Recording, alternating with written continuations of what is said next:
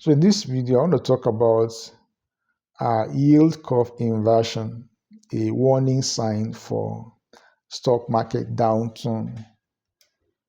Yield curve inversion, a warning sign for stock market downturn. So my one is an introduction to yield curve. Introduction to yield curve.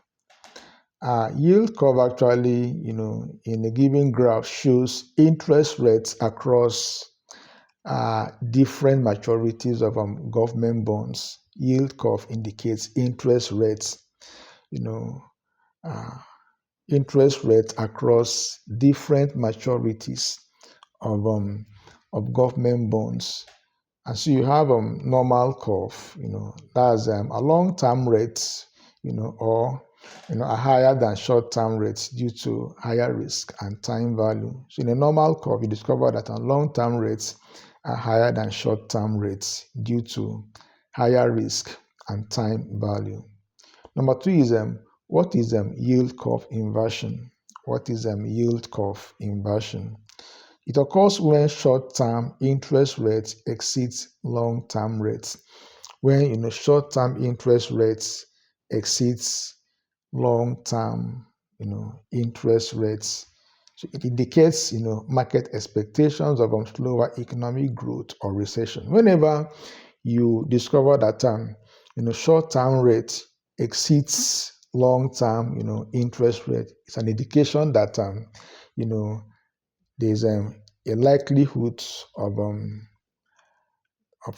a slower growth in the economy or even an outright recession.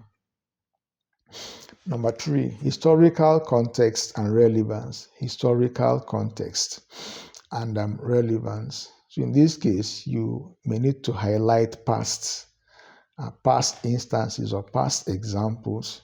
The yield curve, inverted before major recessions, including the infamous 2008 global financial crisis, as well as the 2020, pandemic-induced, COVID-19 induced downturn. So before the downturn, before the global crisis, you discovered that there was that particular yield curve inversion.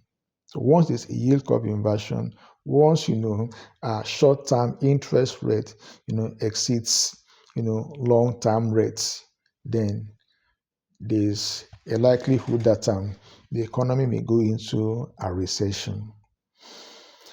So you need to actually discuss its track record as a reliable recession predicator. When you look at this track record, you understand that yes, it's a reliable predict the fact that a recession is on the way.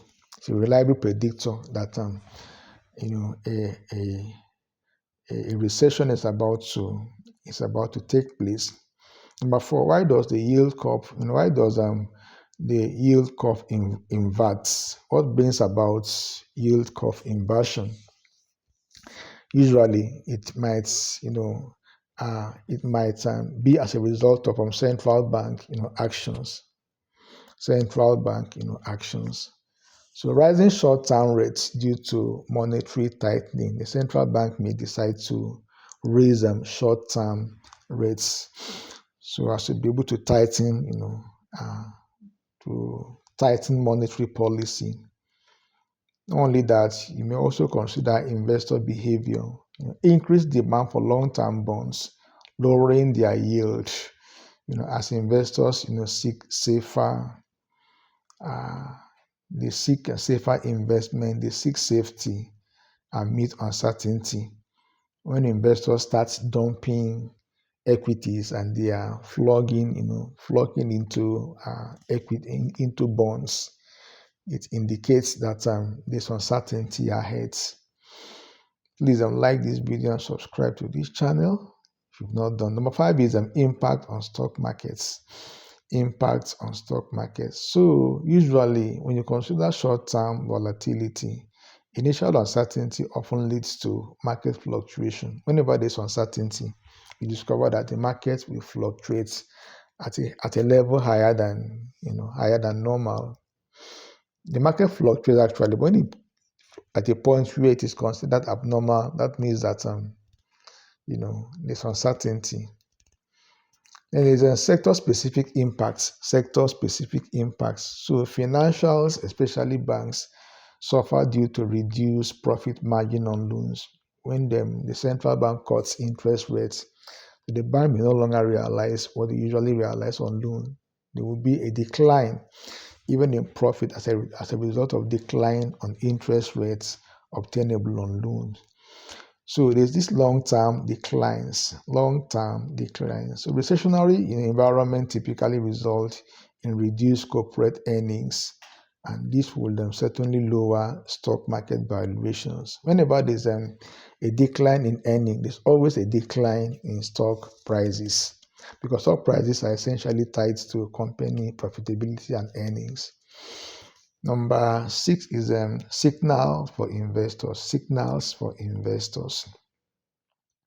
An inverted yield curve doesn't pinpoint the exact timing of a downturn, but provides an early warning sign.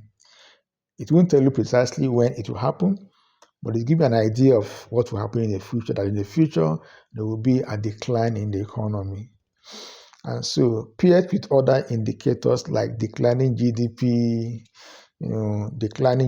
growth, rising unemployment, or a contracting purchasing managers index for confirmation. You don't just use this particular indicator alone.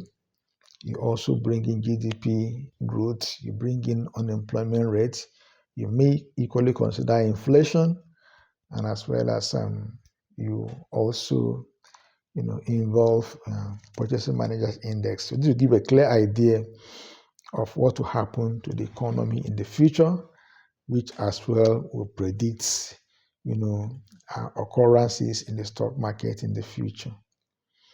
Number 7 is how investors can prepare. How can you be proactive in the events of these factors unfolding? So you shift focus to defensive stocks or defensive sectors like healthcare, like utilities, as well as some consumer staples. When you have an idea of the fact that a recession is underway, then you need to shift your investment into defensive sectors like utilities, healthcare, and consumer staples. So increase exposure to fixed income securities with stable returns. You may tend to get out of stocks and then increase your exposure to government bonds. So maintain liquidity to capitalize on potential market downturn. Have sufficient cash to take advantage of beating down stocks with very strong fundamentals. Number 8, risk of overreacting. Not all inversions lead to immediate economic downturn. It may not be immediate, and not all of them will certainly lead to a recession. So you need to avoid overreacting. So market behavior depends on additional factors like geopolitical stability, central bank policies, as well as corporate performance, corporate earnings, corporate profitability. So you need to take all these other factors into consideration, and that will give you a clearer picture of what will certainly happen in the future.